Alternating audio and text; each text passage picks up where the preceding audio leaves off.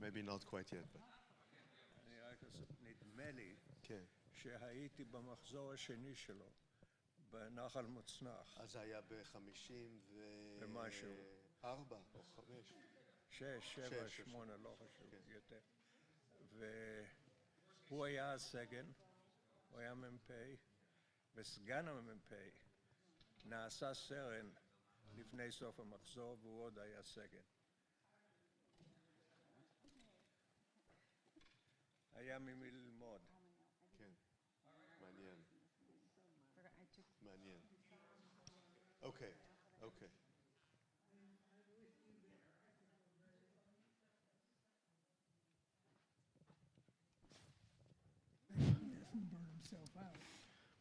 Okay, friends.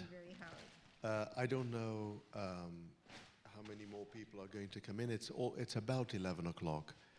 I think, James, are we on? I don't know if we are.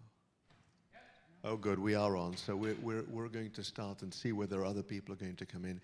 I know from a number of people that they're watching from elsewhere, they're traveling, and I know that we have people watching from home. So welcome to everybody, and please know that this moment is a balm for my soul. This is really a special. It's a special occasion for me to be able to speak with all of you and to go through this with you. And I look forward to really starting to get into Jewish prayer with you today. We spoke about biblical prayer a little bit, and we're going to do a little bit of a review, but today we're going to get into our prayer. And we're going to start, and this is going to take us a number of sessions, but we're going to get there. We're going to start and we're going to get there. And I think that in certain ways you will see what a fascinating topic this is and what a complicated topic this is. And really how relevant it is to so much that is taking place in our lives right now, and why it is that it is important for us to be thinking about it and speaking about this. And when we look at our prayers carefully, when we look at our liturgy carefully, when we try to understand not only what it means, where it comes from, what's its language, when we look at it carefully, we recognize something that relates to the culture that we live in, the pressures that we are under, and the tugs that pull upon us. And we're going to get there today. We're going to start to get there, and we're going to continue going as we go through our liturgy. So get ready for us really starting on this ride, because this is where we're gonna do this. Now I'm going to start with a brief review because we haven't been back since last month, since before the High Holy Days. And as I start, I would like to offer each and every one of you a belated Shana Tova, a good year, and a Chag Sameach. No, this is it was last year when we last met, right? So let's review, because these are now the questions we really are going to look into, and I'm putting this up so that you see this and you understand this, and what we really are going to start looking into are questions 3, 4, 5, and 6. We're then going to start dabbling very briefly into 2. But we really are going to focus on the second part of this question set. And I'd like you to think about these, I'd like you to bear these in mind, and I'd like us to really think about what this means to us in many ways. We're going to use a prayer book today. So if you like, you can pick up a prayer book. Do you have large print by any chance?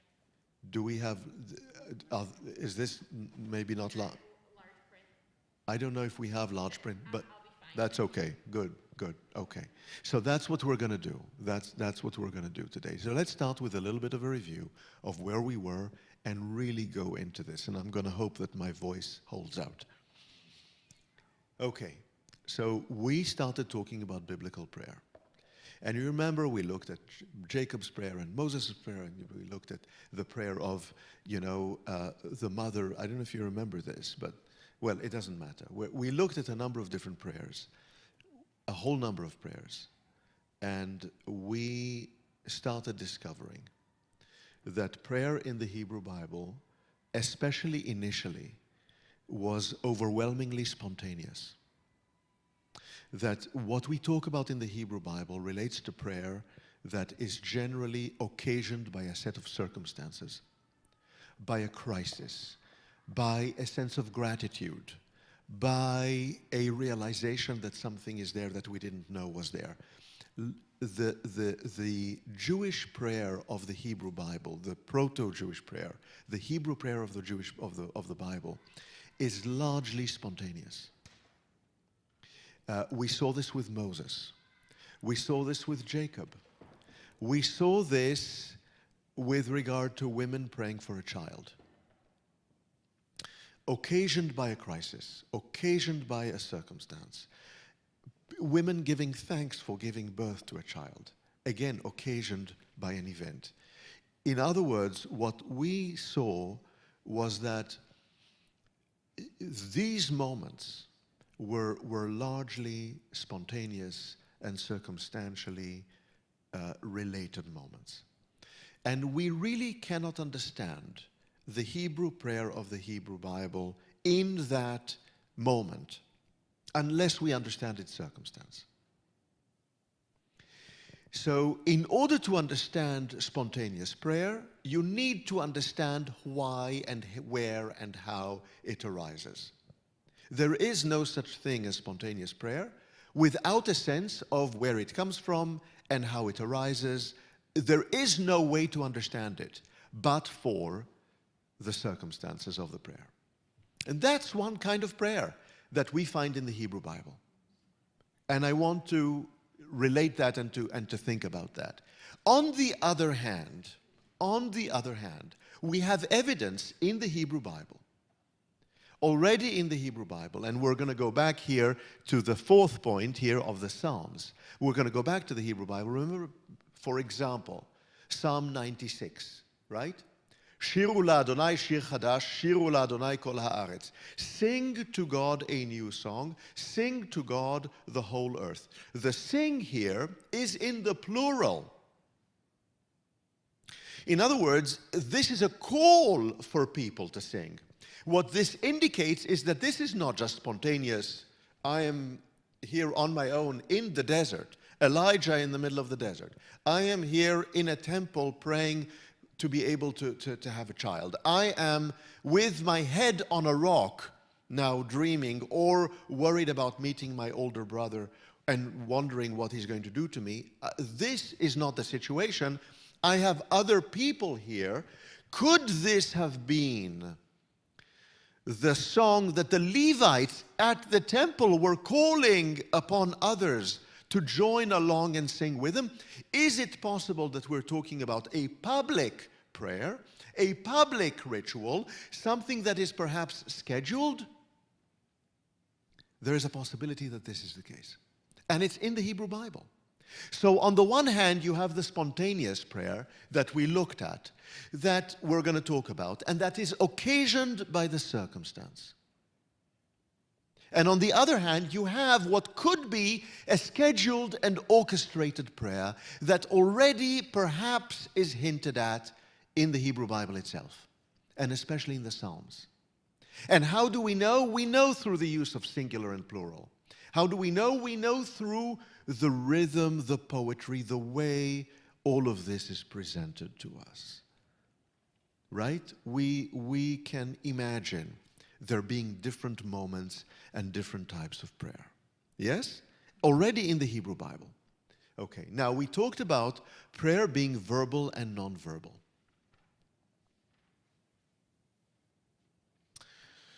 We talked about the fact that sometimes the language of prayer is not available to us.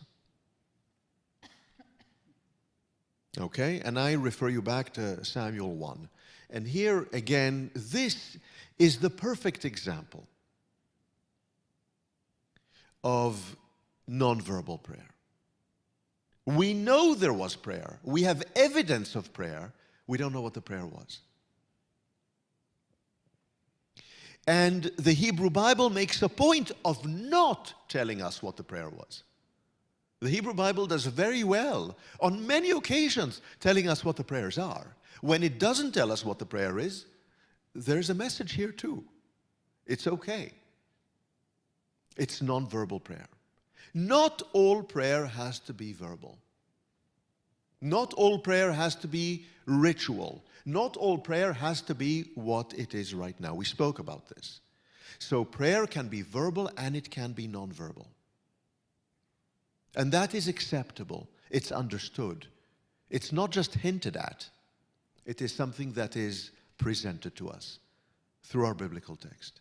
Okay? Remember? We spoke about all of this? Yes? Does this make sense? Okay, now, you remember when we looked at especially Moses, but at others as well, that biblical prayer can be petitionary prayer, El na refana la, right? Right? God, please heal Miriam, my sister, please, right? That is, do something for me. That is petitionary prayer. Yes? Okay, so prayer can be petitionary. But we have seen that prayer is not only petitionary, it is also reflective, and it is also a prayer of praise and a prayer of gratitude, right? ואת חנן אל אדוני בעת ההיא לאמור, אדוני אלוהים, אתה החילת להראות את עבדך, את גודלך ואת ידך החזקה. What is that? You know, I was pleading with God, right? The beginning of the second Torah portion of the book of Deuteronomy. Let me go into the land of Israel, but how does it start? You have shown your servant Moses how great you are, your power, your ability to make things happen. What is that? It's praise. It's praise that is associated with reflection, that is associated with gratitude, that is associated with petition, all at the same time. In other words, we don't fall into the trap that sometimes we do fall into, and scholars fall into, of saying, oh, this is petitionary prayer. Oh, this is a song of praise. Wait, not so simple. They're sometimes all mixed in. And sometimes we have to look more carefully to see what's there and what's not there. And I'm saying it for a reason, because we're going to go back to this. We're going to come back and talk about all of this. Yes? Am I making sense? So the genre of the prayer, the purpose of the prayer, the aim of the prayer, don't look at a prayer and think, oh, I know what this is. It's this, as opposed to that. We're gonna keep talking, and we're gonna keep seeing how this plays out and what this really means. Okay?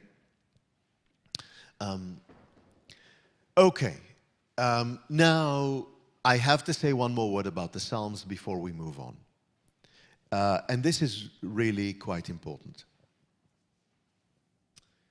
I may be taking a bit long with this introduction. Forgive me with this review. The Psalms here are in a class, the book of the Psalms is in a class of its own.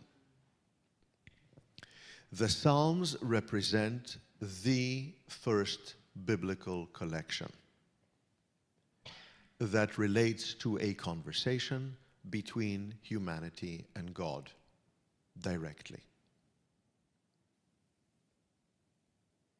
Other books of the Hebrew Bible are books of chronicles, of history, of narrative, of journey, of revelation. This is a story here that is told through the human conversation with the divine. There is nothing like it in the Hebrew Bible.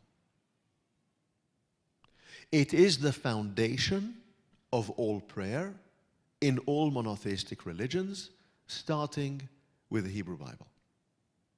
Starting here at the book of Psalms. The book of Psalms, like no other book, is the foundational book for prayer. If we want to understand prayer, if we really determined to understand prayer, we would spend a year or two only studying the Psalms. I don't know if you're aware, Apollo's Fire right now is performing the Vespers of Monteverdi. What are the Vespers of Monteverdi? What are the bones of the Vespers of Monteverdi? What are the bones of the Vespers prayer? The Psalms. Of course, with refrains and a whole number. But what are the bones? What's the skeleton? The Psalms. I mean, I'm not just talking about Jewish prayer. Monotheistic prayer emerges out of the Psalms. We cannot overestimate the Psalms here. We cannot in any, and I want you to know that if we had more time, we would spend our time on the Psalms. And I want you to hear it because the Psalms are so extraordinarily important for us. Okay? I just want to say it. And we don't have the time to go through the Psalms and to go through the particular collections and to go through the particular signatures and introductions and explain and understand and look at the genres and the collections within the book. We don't have the time to do that. I wish we did. I just want you to know we really cannot understand prayer unless we understood the Psalms. Okay? And we're going to talk about some of this as we move forward, and I have to mention it because starting next week and on, it will become apparent, it will become obvious. Okay. Now can we start to move forward? And all of this should sound largely familiar. Okay. So now we move forward. Something happens between the biblical period, and I'm going to say arbitrarily, and forgive me for making this arbitrary comment, it ends around the 3rd century before the Common Era, the turn of the 3rd century before the Common Era. Something happens between the 3rd century before the Common Era and the 3rd century after the Common Era. In that 600-year period, 600-year period, something happens in the context of which the nature of prayer is transformed. By the way, not only for us. This is the emergence of Christian prayer. This is the emergence of a whole number of other practices. We see a change in Rome. We see a change. There are things happening that we see what is happening in Byzantium. There are things that are happening around that time, around the world, and the nature of prayer changes. What is the biggest change that occurs with regard to prayer? Prayer becomes fixed. Now, when you fix prayer, when you fix anything, right? I don't, go ahead, yes. Is it a standardization?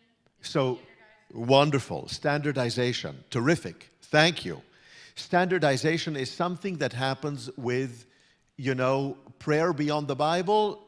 What happens here with prayer beyond the Bible, right? It becomes fixed. Maybe it becomes standardized. What is the difference? The difference is between having a snack when you're hungry, eating when you're hungry, right?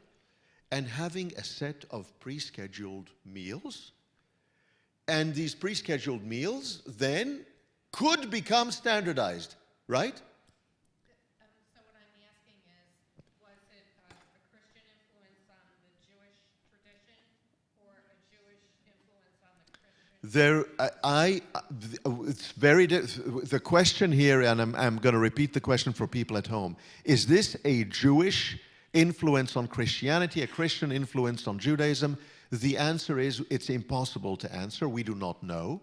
We do not know. We do know that it occurs very early on within Judaism. In fact, in certain ways before the rise of Christianity, of organized institutional Christianity. In other words, it's already in process, right?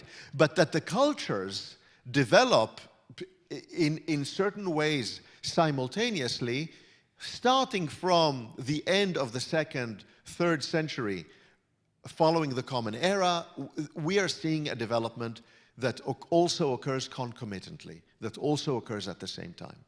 And we do know that there are cross influences, right? Okay, but something happens with prayer. Now, where does fixed prayer develop? Where does it come from?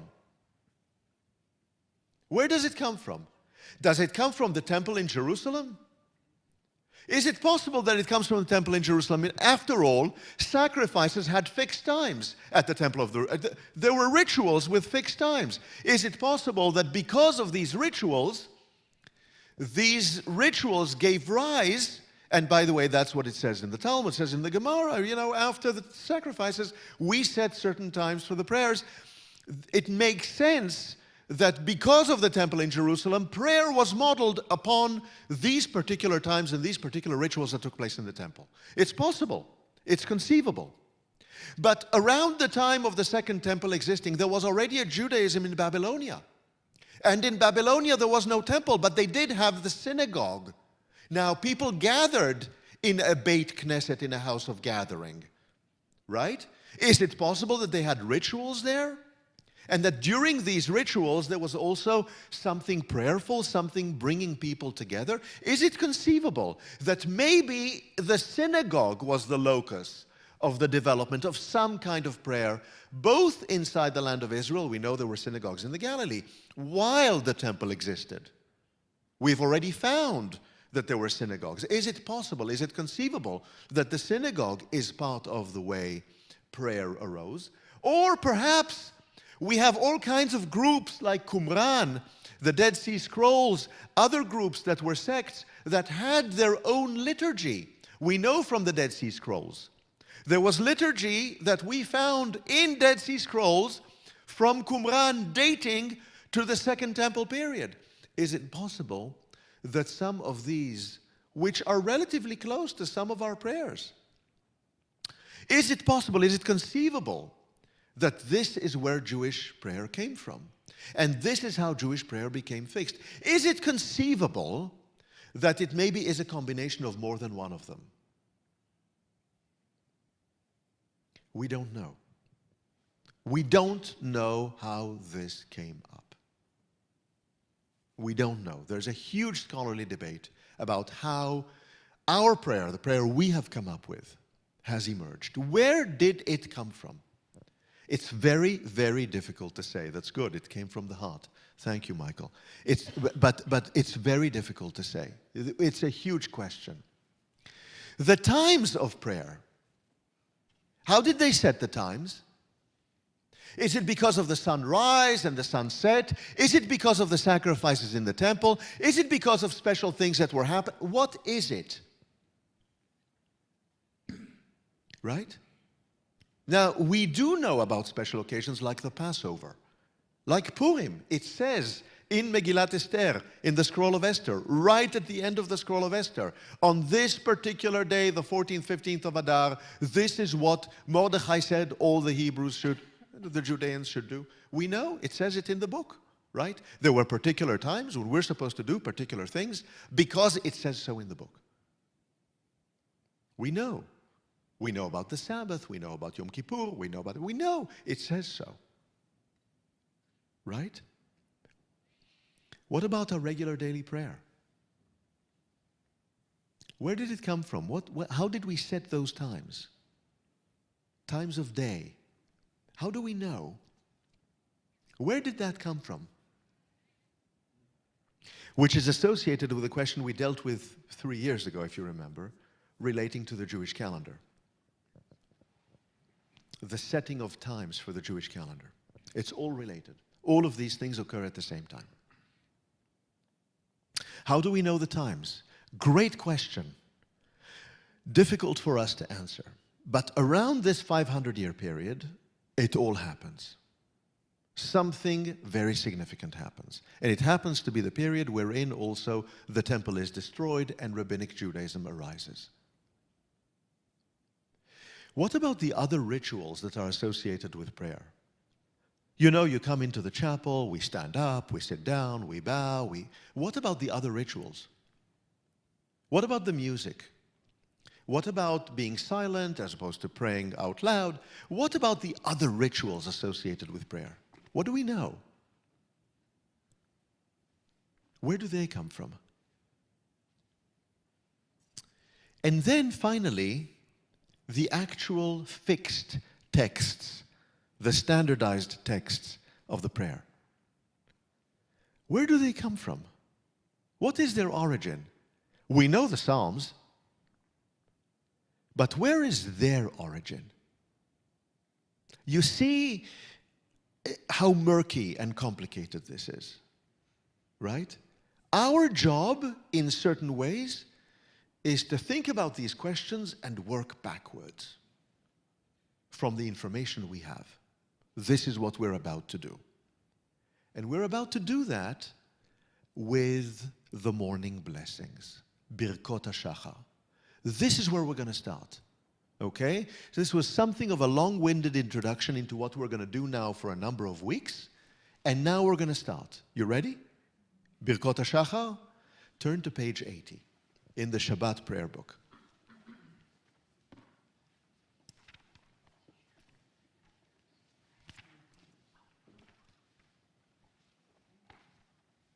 Now, take a look.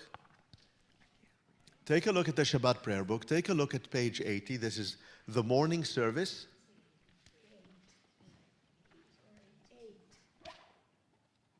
I'm sorry? 80. Is it 8 or 80? It's 8. The more. Which one? Which book do you have? No.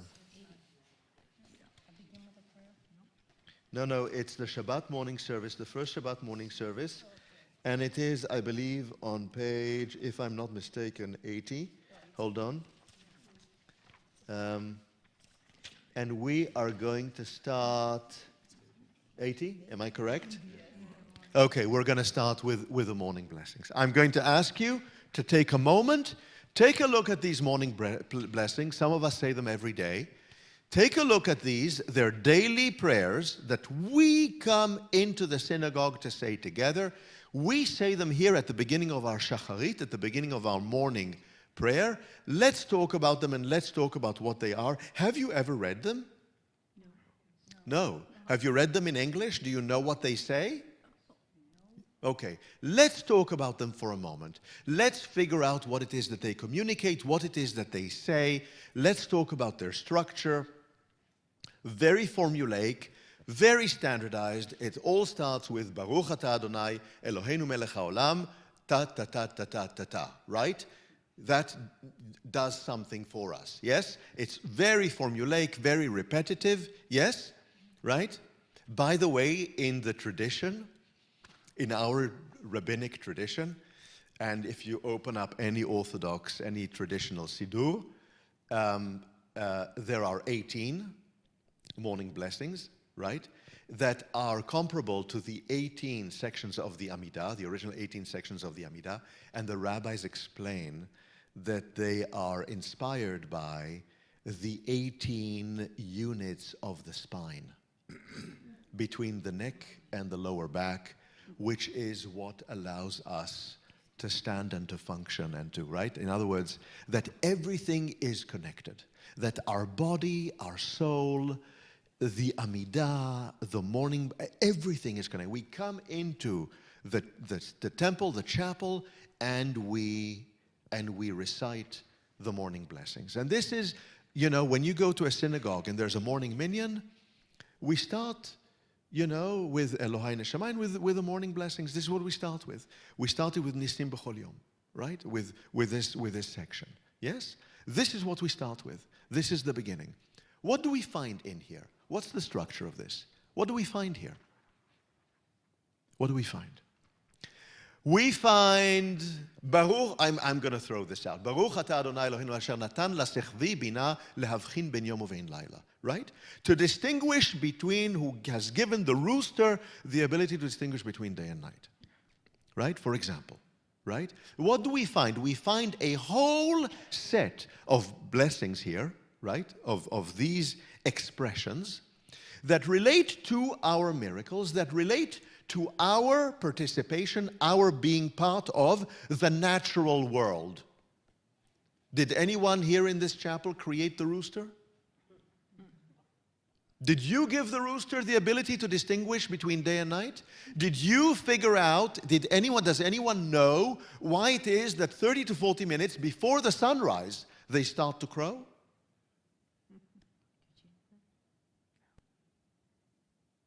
We are part of a greater intelligence. There's something out there that's happening in the world, which we are part of because we can distinguish day from night too. But it's not only us. We are part of a bigger world.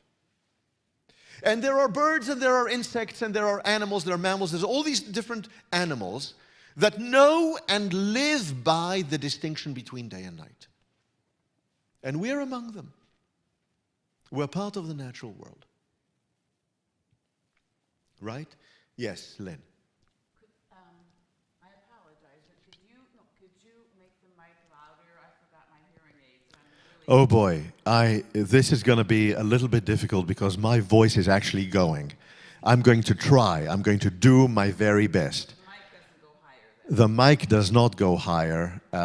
Actually, James has just put it higher. I hope it's not going to be deafening to everyone else. Yes? Oh, no, please. No, thank you for mentioning it, Lynn. Okay?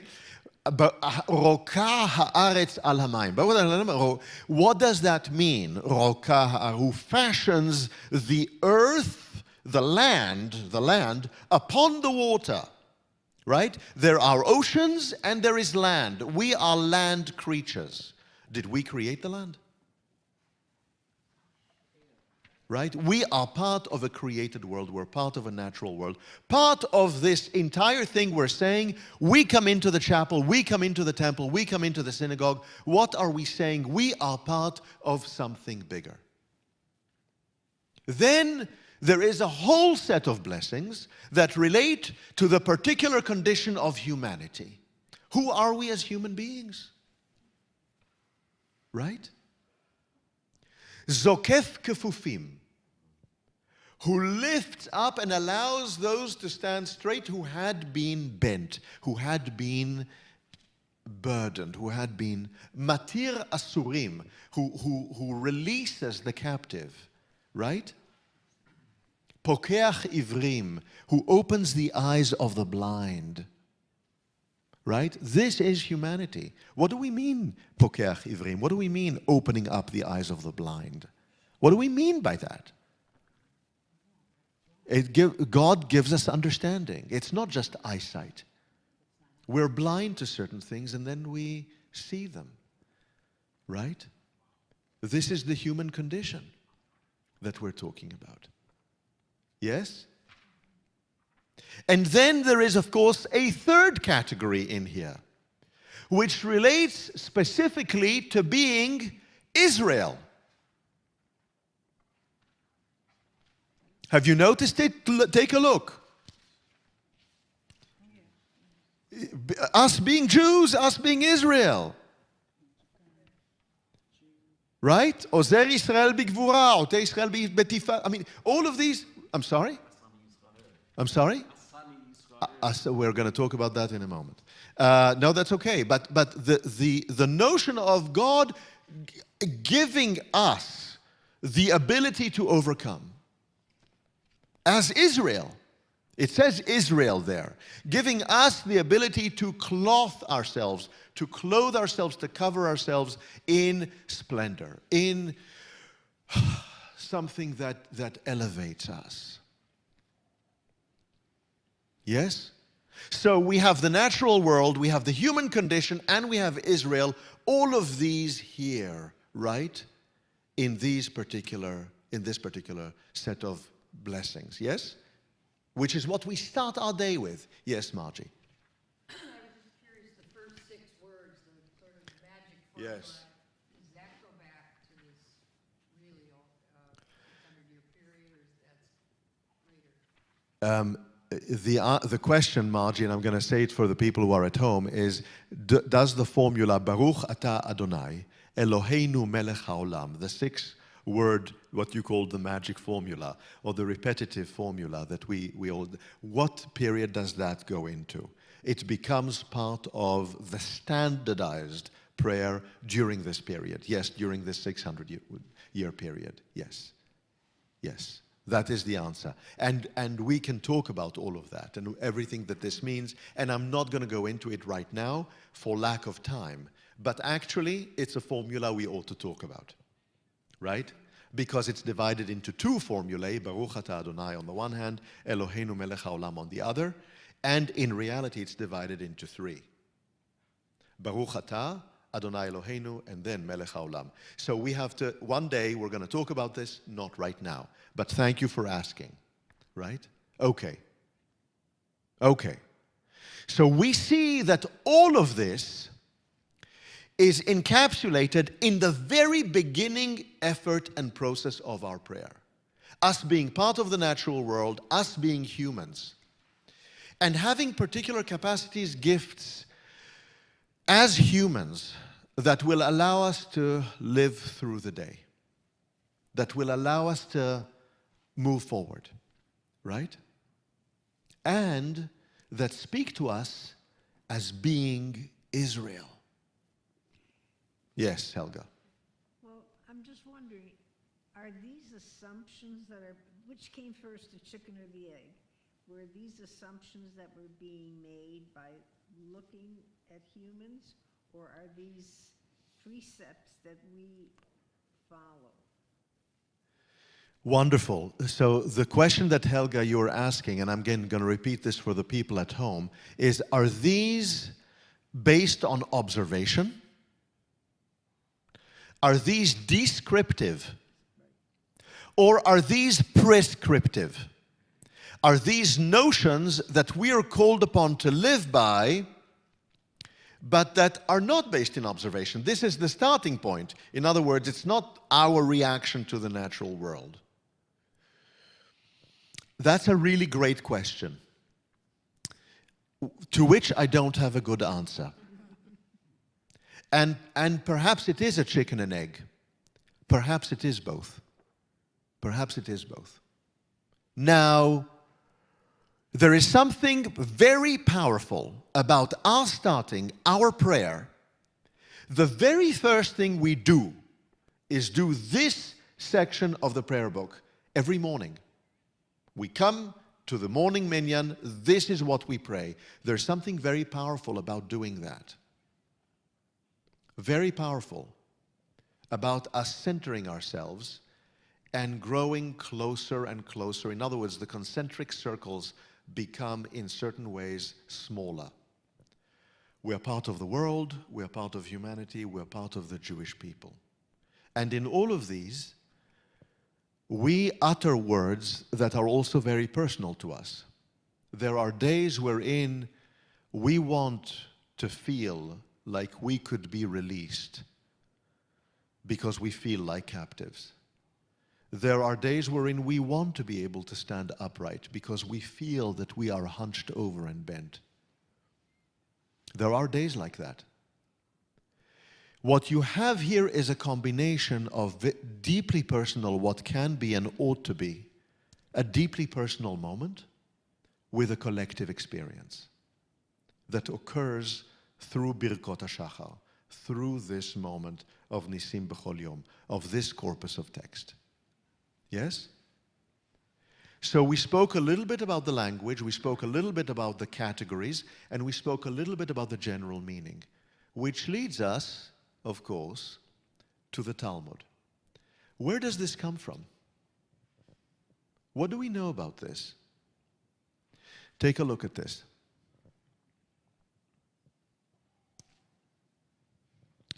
Brachot, this is the last chapter of Brachot, we're on page 60. This started out being a set of blessings that we didn't utter at the synagogue.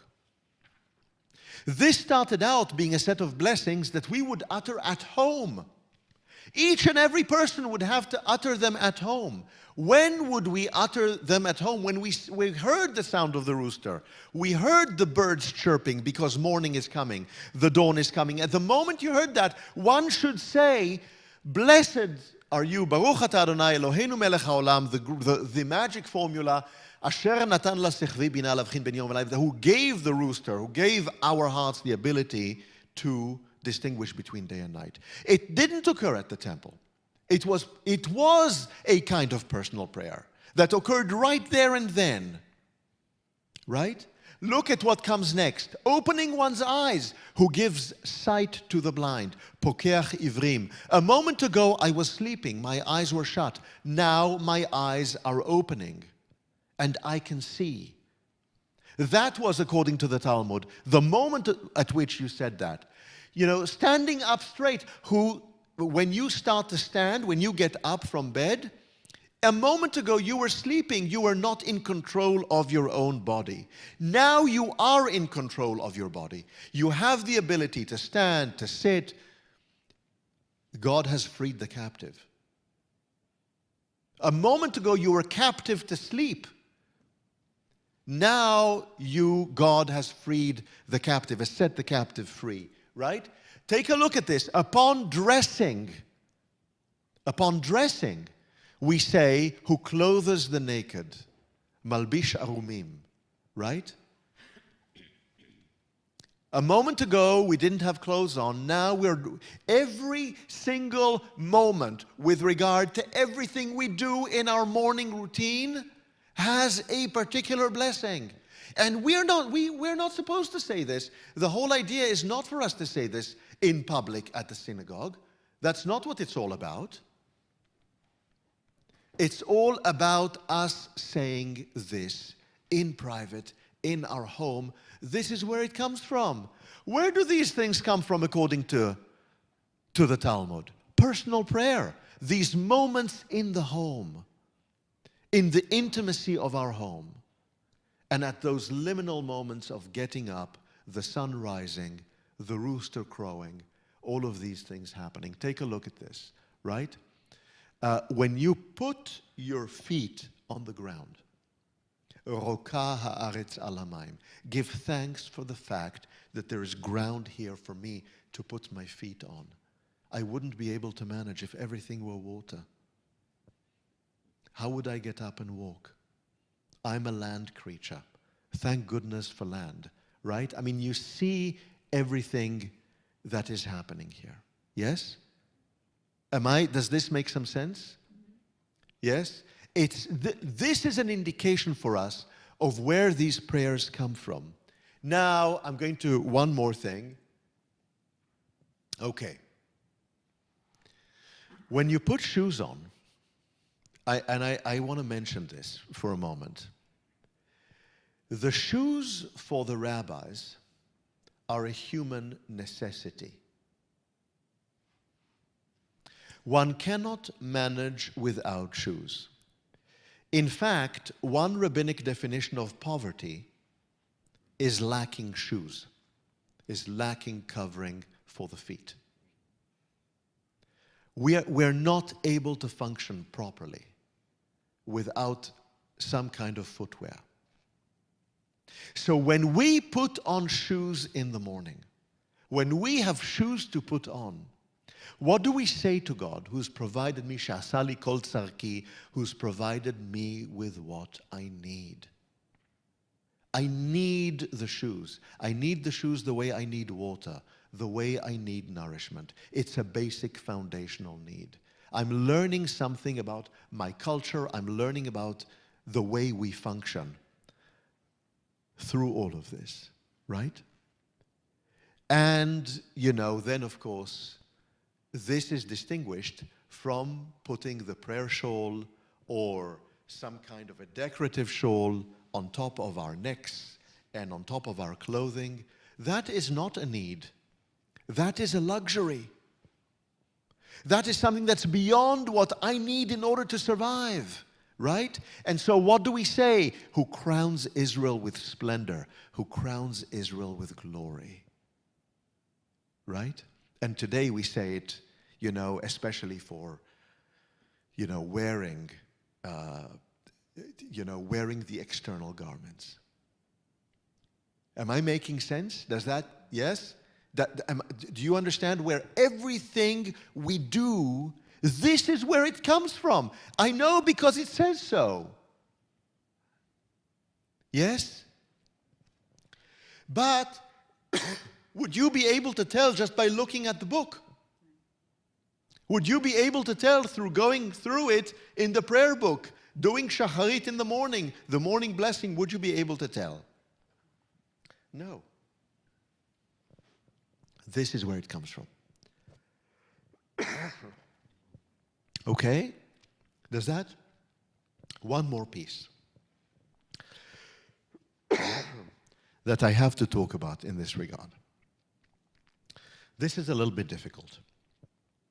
We're going to go back to the traditional prayer, and then we're going to go to the Reform version of the prayer.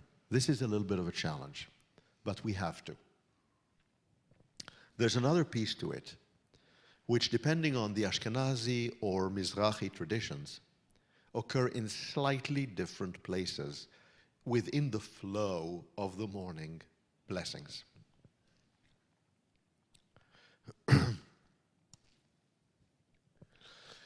The traditional liturgy reads, Baruch atah Adonai Eloheinu melech haolam shelo asani goy. We bless God for not having made us a goy, a Gentile. This is a traditional, to this day, in the traditional Siddur, you will find this.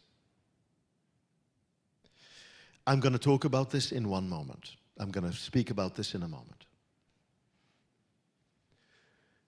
The Reform version is She'asani Yisrael, who has made me Israel. You will find it in your blessings.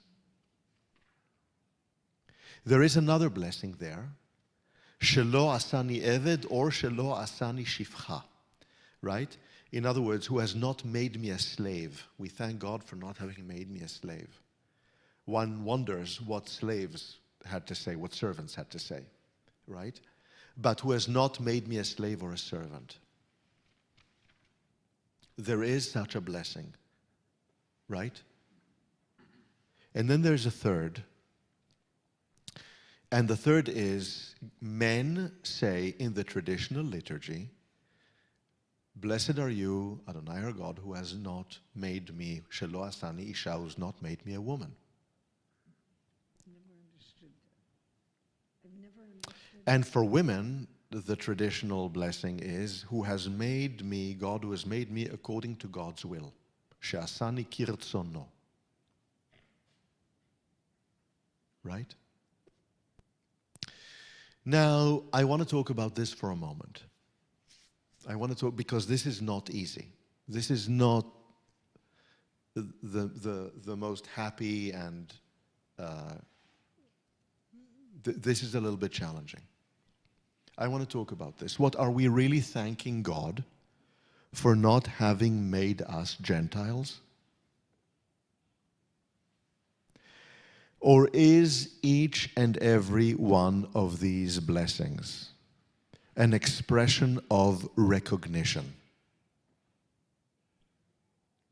Recognition of our place in the world. That by saying that I am Israel is saying that I am not part of something else, that there is a boundary. Do you mean to tell me that the rabbis who wrote this and the people who have uttered this through millennia now have never woken up in the morning saying, oh boy, I wish I didn't have to contend with this? Is this what it means?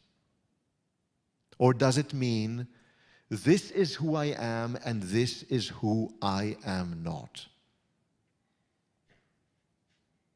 Is it conceivable, and I'm not trying to defend the language here, but is it conceivable that the rabbis wanted us to recognize and to give thanks for the fact that we have human agency?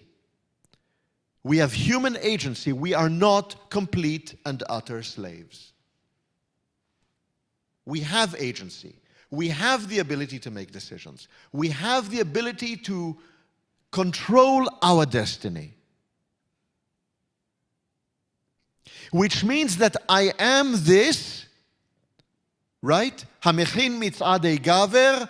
I am able to step, I am able to overcome, I am able to do, which means that I am not fully a slave. It doesn't mean that there are no pressures acting on me. It doesn't mean that I'm not constrained. It doesn't mean that I'm unfettered and completely free. It means that I'm not a slave. That what we are pointing to are particular boundaries. And is it conceivable that for the rabbis, there was a moment of recognition of the need to set gender boundaries? And for a person to be able to say to themselves, this is what I am, this is what I am not.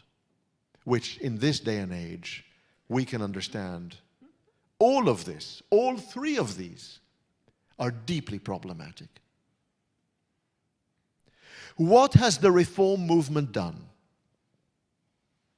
The Reform movement has taken these blessings and altered them. Look at the Mishkan Tefillah, there is no sign of them.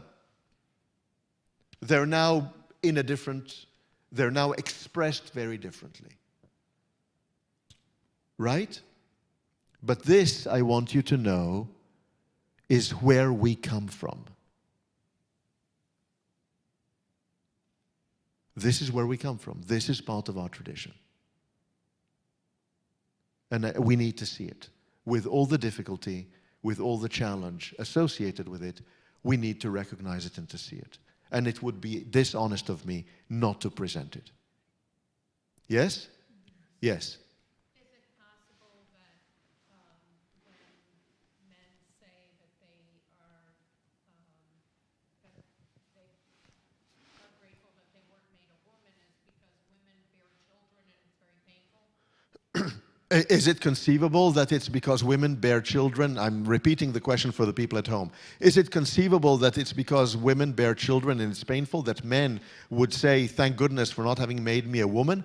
It's conceivable. Is it conceivable that women were discriminated against and that men knew it and that men knew that they had less agency than they did? It's conceivable. Is it conceivable that it was clear that men had access to greater education on certain occasions than women, right? Is it conceivable that that sometimes happened and that for that, I mean, there are various conceivable reasons. Are any of them really good and happy and reasons that we're willing to embrace? That's a different question, right? With regard to all of this, yes? But there is something here that cannot be completely lost, which is the reason I bring this up.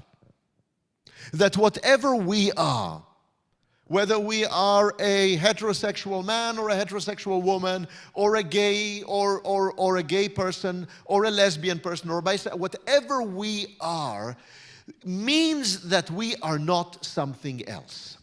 When we label ourselves, when we identify ourselves, when we define ourselves as Israel, we positively identify ourselves, but that means that we are also not the other. There is an element in these morning blessings of boundary settings, of defining ourselves, of finding our place in the world, the natural world, the human family, Israel, and understanding who it is that we are. And this is part of the exercise of the preparation for prayer that occurs every single morning. This is the reason I bring this to you. I don't bring this to you to upset you.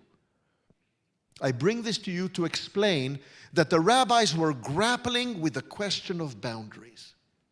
It's not just who we are, but it's what are the implications of us being who we are. And in Mishkan Tefillah, in our Reform prayer book, that element of it is somewhat dissipated, is somewhat removed because of the discomfort associated with it. But it doesn't mean that there is no significance to it.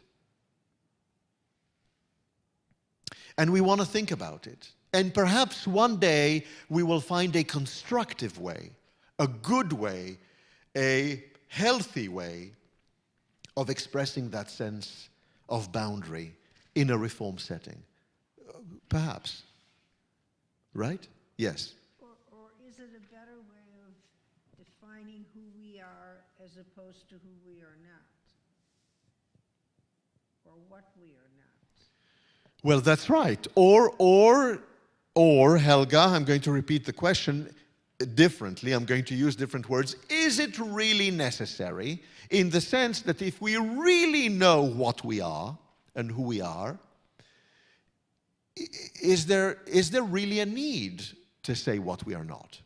Right? Yes. Right. But I want you to see this is where the rabbis are coming from. Yes, Margie? Did it come out of, part out of the despair of the temple's destruction and the rabbis wanting to ensure a Jewish identity out of that? So thank you. I'll pay you later. Thank you for the question. Thank you for the question. What now is the purpose of these? I'm going to get to you in a moment, Michael. What is the purpose of these morning blessings? Are these just morning blessings wherein we give thanks to God? We give thanks to God for the rooster. We give thanks to God for there being earth under our feet. We give thanks to God for us having shoes and being able to walk and to do the things we need to do, because without shoes we wouldn't be able to. Or is this an identity-setting exercise? Is this about understanding who we are and where we fit in the world? Which we do right at the beginning as we prepare for prayer. This is the very beginning of our exercise. However awkwardly the rabbis did this at the time in our 21st century eyes. Remember, this was not written in the 21st century. But is it conceivable that there was an enmity, or that there was a tension, or that there was a discomfort among Jews and non-Jews, and that they needed to say, we are here and we are not here? Is it conceivable that there was slavery in the world? And that they needed to be able to say, wait a minute, we are here, we are not there. Yes? Am I? Yes? Yeah. These are like affirmations. They're affirmations. Look in the mirror in the morning. You look in the mirror in the morning, you look in the mirror, and then, of course, the rabbis say, I didn't put this on here, when you wash your face, you wipe your face in the morning and you remove the remnants of sleep, Hama'avir sheina mi'einai utnuma me'afapai, who removes the sleep from our eyes, the slumber from our what do you call them? Eyelids. Yes? Yeah? Which leads us to what? Michael, did you want to? Well, you raised a lot of elements and questions, but let's start with one. When we say, I'm happy to see you, we hardly realize that we're just saying this prayer. God, thank you. I'm able to see. I'm able to remember who you are. And I remember that what you did to me. You know, That is what I'm trying to say. Between this and what you just said, that we are not very comfortable with, it's basic evolution of society. yeah. So thank you for this. And Michael, you're 100% right. I'm going to repeat a little bit of this for the people at home. Part of what we're saying here is Judaism here, Rabbinic Judaism, demands of us an awareness, a recognition that when we say, hi, I'm happy to see you, I recognize that I can see. I recognize that I know who you are. I recognize that I'm able to see you and be in the same room with you. In other words, it's a recognition of the gifts that we take for granted all the time. All the time. And it is a way of identifying ourselves and of knowing who we are and how we fit in the world, which is the precursor to what? Standardized prayer.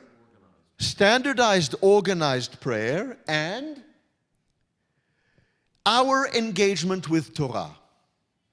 If we do not know who we are and what we are about, if we have no sense of ourselves, if we have no sense of how we fit into the world, if we have no appreciation for our person and the way our person interacts with others, there is no Torah. There are no mitzvot. There are no commandments. What do you mean commandments? On what basis am I commanded? Who is commanding me? How would I know? I have to take stock. I have to anchor myself. I have to bring myself together. I have to be able to say to myself, this is who I am. This is what I am. This is my identity. This is the person I am. Before I go into Torah and mitzvot, before I start to learn my day. This is the preparation for prayer. This is the preparation for standardized prayer. But if it is not an internal, deeply personal effort that occurs for us, right from the moment we get up in the morning, wherein, you recognize this, and you're able to say, wait a minute, look at me. A few days ago, I was sick and I couldn't get up. And I got up and I had a headache and I had to lie down again. And I'm able to get up. I'm able to get up. I'm able to step up. I'm able to go out. I'm excited to go out onto my day.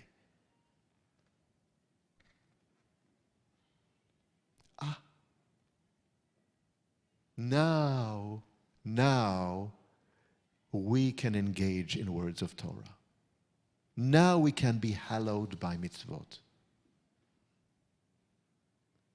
This is the starting point. This is the very beginning. Is this standardized prayer? Yes and no. Is it about praise? Yes, and it's about recognition. And it's about boundaries. And it's about identity. And it is also petitionary. Ozer Yisrael bigvura, noten layaef koach, give me the strength. Allow me to overcome. Right? It's not one thing or the other. Yes? Now we are starting to see how interesting and how complex this is. Right? I'm sorry? I said it's hope. It's hope. And that gives the It's hope, but it's hope in a way that is deeply centering. You know what I call this when I teach people? The morning blessings. This is the Jewish form of yoga. Yoga. Except it predates yoga. It predates yoga. And in certain ways it's more sophisticated than yoga. Because it does entail standing up. It does entail rituals. It does entail a sense of self and dignity and ability to center and ability to understand the world. Right? It is a form of meditation that allows us to launch upon our daily prayer. Would you be able to tell just from reading the words on the page in the book? You see how challenging this is. Yes? In addition to being deeply personal meditation at Yeah. the beginning of the day, Yes. to follow up on your point, it establishes a community because we're all doing it seems to me, and we engage Lasok B'divrei Torah together, not on my own. We come here. That's right. That is correct. And not only that, if you look, thank you so much, if you look at the prayers, if you look at the morning blessings, some of them are in the singular and others are in the plural. Yet again, there is a sense here of deeply personal moments, as well as the recognition that we are part of a collective. It says, Zokef Kfufim, in the plural, those who are bent. I am not the only one who is burdened and who is bent. There are others like me. La'asok b'divrei Torah, right? Kidshanu b'mitzvotav, v'tzivanu, hallowed us in the plural with mitzvot, commanded us to engage in the words of Torah, is in the plural. Yes, we come to the temple to say this at the beginning of the morning service when we go to a morning minyan, because this is part of our collective experience as well as being deeply personal. Now, what is our challenge? To come to a place wherein we're in public, wherein it's collective prayer, and to feel it personally. What is our challenge? Our challenge is to say this at home, in the privacy of our bed and our bathroom, and washing our faces and wearing our shoes, and know that we are speaking as part of a collective. It's not just about us. Welcome to Jewish prayer. Yeah. I think Zoya. personal prayers help us to get in touch with our inner self and get to know our soul. This is Thank God for giving this soul, so it's a connection. This is what this is about. This is what this is about. It's about looking inward, understanding who we are, connecting with ourselves, connecting with our souls, understanding through that connection that we are interconnected, that connection spreads to all of us. But where does it start? I need to know who I am and what I am. You know, I'm going to end with a brief story. I had a rabbinical student 14 years ago, 14 and a half years ago, almost 15 years ago. I had a rabbinical student who came to me wearing, at HUC, at Hebrew Union College in Cincinnati, wearing a kippah and a tzitzit, wearing a kippah and the four fringes that are associated with a tzitzit, with a talit katan that one wears under one's vestments. And we spoke, and I said, "What are you doing here?" And in the context of our conversation, why are you here? You live a traditional life. You keep kosher. You keep the Sabbath in a way that doesn't allow you to travel during the Sabbath, doesn't allow you to light a light during the Sabbath. You live a particular kind of life. You know, I'm not sure this is the right community for you. I'm not sure this is going to work for you. Why are you here?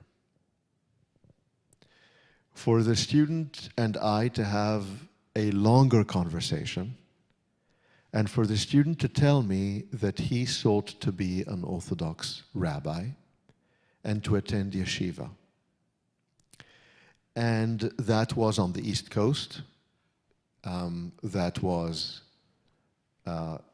actually in a city I'm not going to identify on the East Coast. It was on the East Coast. And told the head of the yeshiva during the interview that he was gay.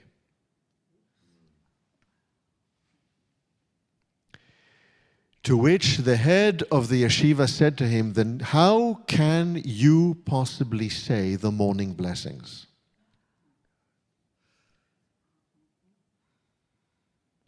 And would it not have been better off for you had you not been born gay?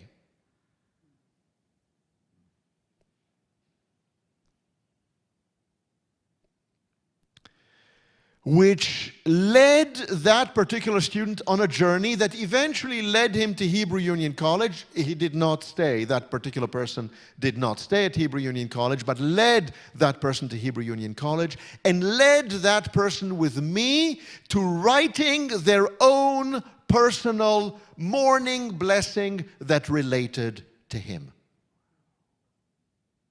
For him to be able to say, this is who I am.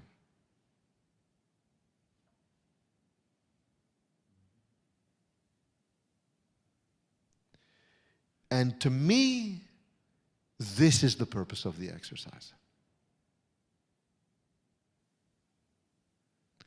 Have a wonderful week. I'll see you next week.